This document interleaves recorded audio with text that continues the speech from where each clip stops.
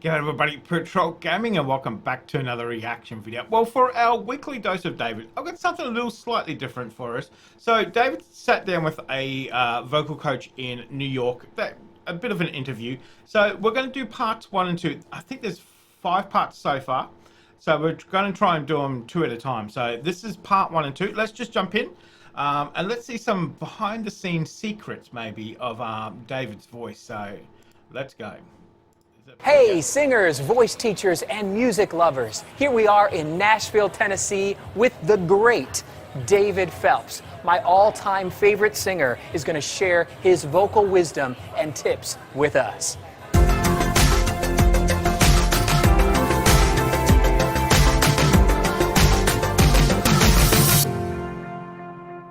But he will fly once again.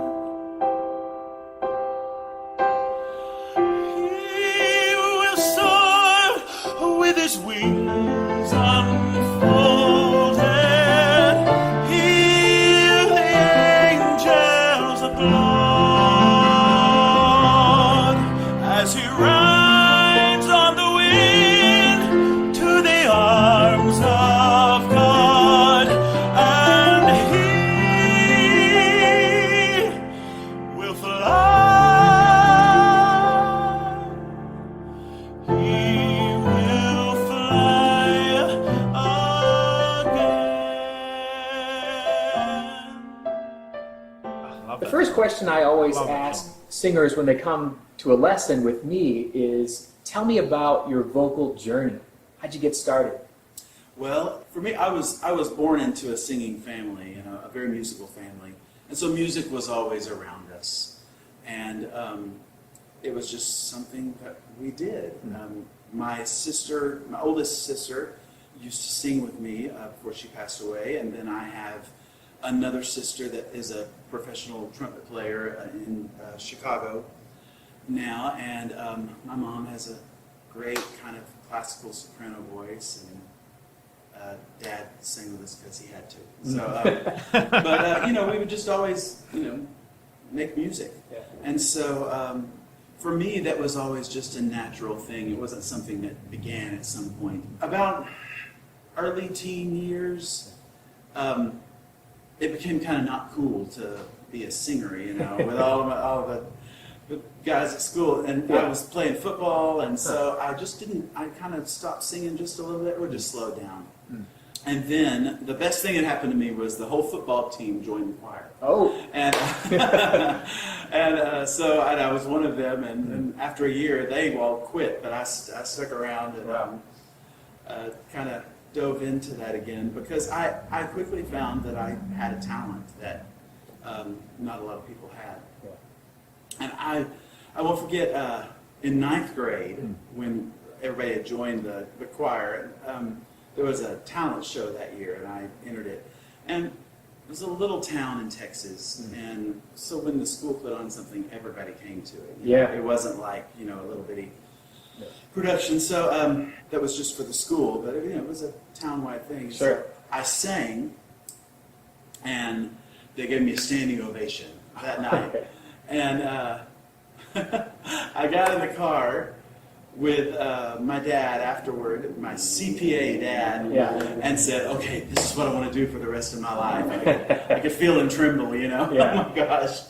But he was like, you can get a degree in accounting, and then, you can sing on the side. Yeah. But then, he and my mom were the people that drove me everywhere to sing, wherever the opportunities started coming along. And from that point, for me, it was, my interest peaked. I was like, wow, I can get a response from people like this, And so I started singing in church a whole lot more again, and my pathway was littered with people who became so important on my journey. I went and sang at a church in Houston, and the pastor afterwards came up and said, sing everywhere you can. Wow. And that's still, when people ask me, what's the best advice? That's it. It's so simple. Yeah. Sing everywhere you can. It accomplishes so much. Vocally, communication-wise, having to talk to people about what you want to do, and I would say, hey, if you like to eat, do you have any other people that you might talk to, colleagues at different places that would let me come sing? And so it really, for me, it was an asserted effort to try to have more opportunities to get in front of people and sing, and that was a great piece of advice. It was wonderful. At the same time, my high school choir director was an amazing classical team, and just phenomenal. And he saw that I had talent and really started trying to, foster that in me. And then my music minister at my church had come from the commercial side of music, touring and in contemporary Christian music. And so he really spoke into me on that side of things. And I began taking voice lessons from college instructors that I was so fortunate to be able to begin to learn with. So I had these people that were really speaking into my process. My minister of music at my church, he introduced me to there was a contest before American Idol was American Idol, was around. It was in Colorado during the summer, and he was like, "You got to go and do this." And so I was like, "All right, that's it." So at the beginning of the summer, when the summer hit, until the time I left, I would go up to the church, and he would say, "Sing what song?" And I would sing it for him, and he would sometimes he would stop in the middle of the song and go, you don't need to do that, And he would just coach me through this stuff. And then maybe one day he would be like, "So you've got to say something before you sing. Write it down." And so I'd sit down and write it down. He'd crumple it up, throw it away. That was awful. Start again. So I had this person who was no holds barred, just like, speaking into me, going, "You can't have an ego about this. If you want to get better, you've got to accept instruction." So it's amazing looking back at the people that really, really spoke into my journey early on. My parents are educators. My dad was a CPA and then became an instructor at University of Houston, and my mom has a PhD in English. And so they were like, "Well, if this is what you're going to do, then you're going to go to school and do it." So I went to Baylor University and had an amazing teacher there that just believed in me so much. We fought a lot, actually,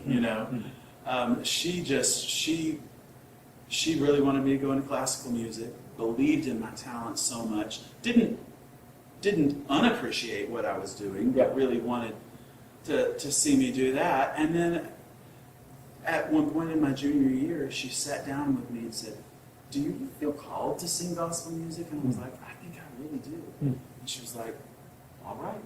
She was like, I can't battle that, And so she said, "Let's make you the best that there is." And I was like, "All right, let's go," That's great. And it was, she was just amazing, an amazing gift. Really just taught me so much about my vocal instrument. And at the same time, loved that I was a student of it. I would be like, "Well, what's happening when I do that? Tell me." Not just, what do I need to think about? I would be like, "What's happening to my vocal cords when this is happening?" When I got to college, I began singing. What had started as a high school student, I began singing on the weekends when I went to school. I would go wherever someone would hear me sing. My friends joined fraternities and sororities and all that kind of stuff, and I went out and I sang on the weekends and did concerts and just kept building my network and just tried to sing and learn from that as much as possible. By the time I graduated from college, I just had this really big network Yeah. That I could call on people and say, hey, I'm on this weekend, you know. Right. And so that's how it really, you know, started for me, to be able to do what I'm doing. And It's nice to hear him to say that, you know, he's worked for it. You know, it hasn't just fallen on his lap. You know, he hasn't been discovered, and you know, so you know, he's worked. You know, on the weekends and whatever else through college and whatever else. So you know, he's put in the hard works, but he's definitely reaping the rewards. It's good to see. Definitely good to see. it's different than it is now because, I mean, I was in a world where people didn't think about music necessarily as a career. There were, you know, of course, huge music, you know, stars back then, but to be, you know, my parents were, they didn't have a wherewithal how to make that happen. They just, oh, all right, well, what's the next thing we do? Let's just, if you can, we'll take him to sing wherever he, you know, can do. So it was definitely an unpaved path, you know. So all we knew to do was just do the next thing, more. you know, and do more. Yeah. Right. So yeah, that's kind of how everything began. That's amazing, and it's an amazing encouragement actually for me and other voice teachers to know how many people you had speaking into your journey as educators, you know, and Absolutely. I know myself, I couldn't be a successful teacher if I hadn't had great teachers, and so it's really cool to hear how many people were a part of paving your path. Yeah, I mean, and I just wouldn't be doing what I'm doing still today. So I'm 51, and I think about, you know, times that I have been on the vocal edge, you know? Yeah. And had I not had the training and the people speak into my life, I would not be doing what I'm doing today. I would have lost it by now. I mean, I'm without a doubt that would be the case. So I'm extremely grateful to the people in my life who just fed into this dream that I have.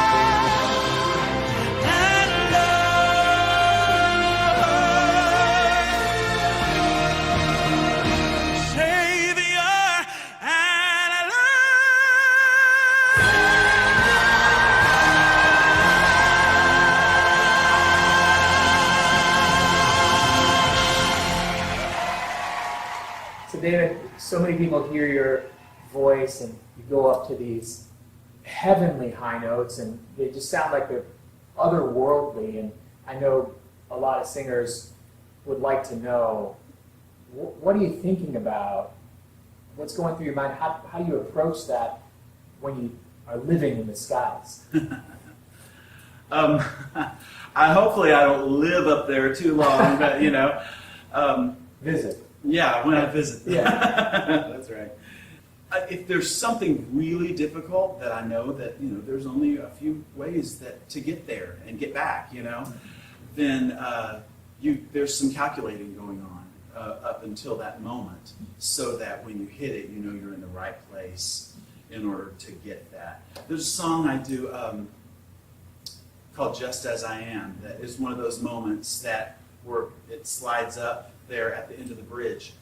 And for me, it's a combination of space and compression, making sure it's just not, you know, all that belt muscling it up there. Right. Just won't work. on a given night it will work. So it's making sure that it's in that I'm leading up to that place where my vocal cords are as thinned out as possible. I have a lot of teachers call them the mask. Sure. You know that keeping the sound forward like that. Yep. And then also a place of ease of my breath. And so more than thinking about it while I'm there, it's a lot of thinking about it before I get there. Because if I don't do that when I get there, what I'm thinking about on the high note is, oh crap, I've got to stop this. So it's, you know, it's the calculation of it going up. So like on Just As I Am,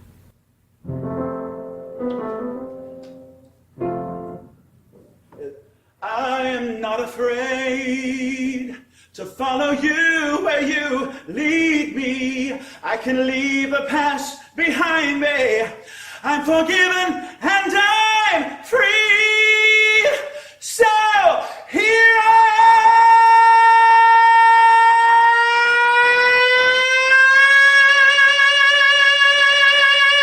am.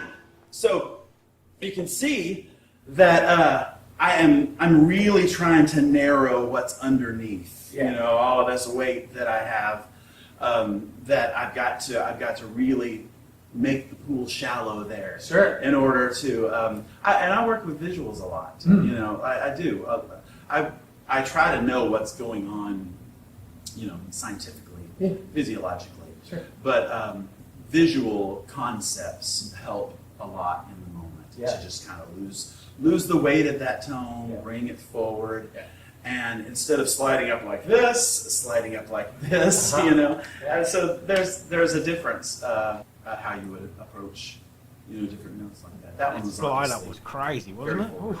Yeah.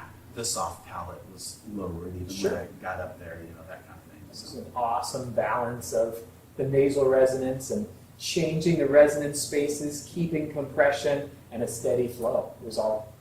Well, thank you. What else can you ask? You know what's interesting for young students Yeah. is they are scared of what you actually are hearing in your head. Mm. Yep. Because there's a lot of buzz and vibration going on. And when you first start to do those kind of techniques, you start to hear that and you go, that can't be good. I don't want, but that's not what's happening in the room. Mm-hmm. And so there's a little bit of, I've got to desensitize myself to what's going on between my ears, actually, you know, in my head to that buzz. So much of what we do as voice teachers actually is encourage the singer to make a sound that they never would make, and it actually sounds wrong to their ear. And then we have to say, no, that's it. And then grow accustomed to that new sensation and that sound that is often bizarre, especially Bizarre when is a great word for it. Yeah. It is. And the best teaching tool that I had, bar none, was recording myself. Mm-hmm. Because it did not lie. Yeah. You know, and a great thing that I did to record myself and go, oh, that's not what that sounded like. Yeah. I see. Yeah. I need that still sounds too dark, but that sounds so bright. Mhm. And then you record it, you do something really forward, and you record it, and like, oh, that's what I want to sound like. That's what I've got to sound like in my head in order to get that, you know. Yeah. So recording yourself is a great tool. That's interesting about that different sound that's going on, what you hear, and then what everybody else is hearing too. That's very interesting. Ask Very all of our interesting. students to record every single session, but I think hearing it from you is a great encouragement. And that's the end of those 2 episodes already. Dang. So we'll come back and we'll do the next 2 next week. That's very interesting. That's very interesting to hear some of the things that he was saying, you know, about all that working out in his head how he's going to tackle that next high note, you know, and even before he gets there, he's already kind of worked out those steps.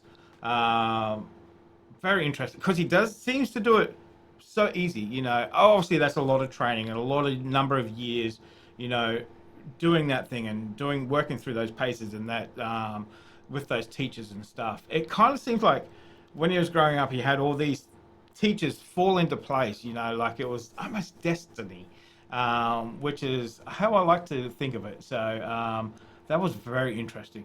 Very interesting. Cannot wait to watch the next two. So let me know what you guys thought of that episode. Thumbs up if you enjoyed it. If you're new here, make sure you hit that subscribe button. That way you can come back, check out David's playlist on the channel and the Gaithers. There's heaps of videos on there that you will enjoy as well too. So I think there's 2,500 videos on the channel.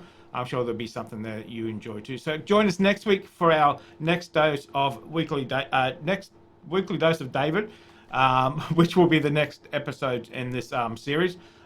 Make sure you come back for that. But in the meantime, make sure you stay safe wherever you are. I'll definitely see you in the next reaction video.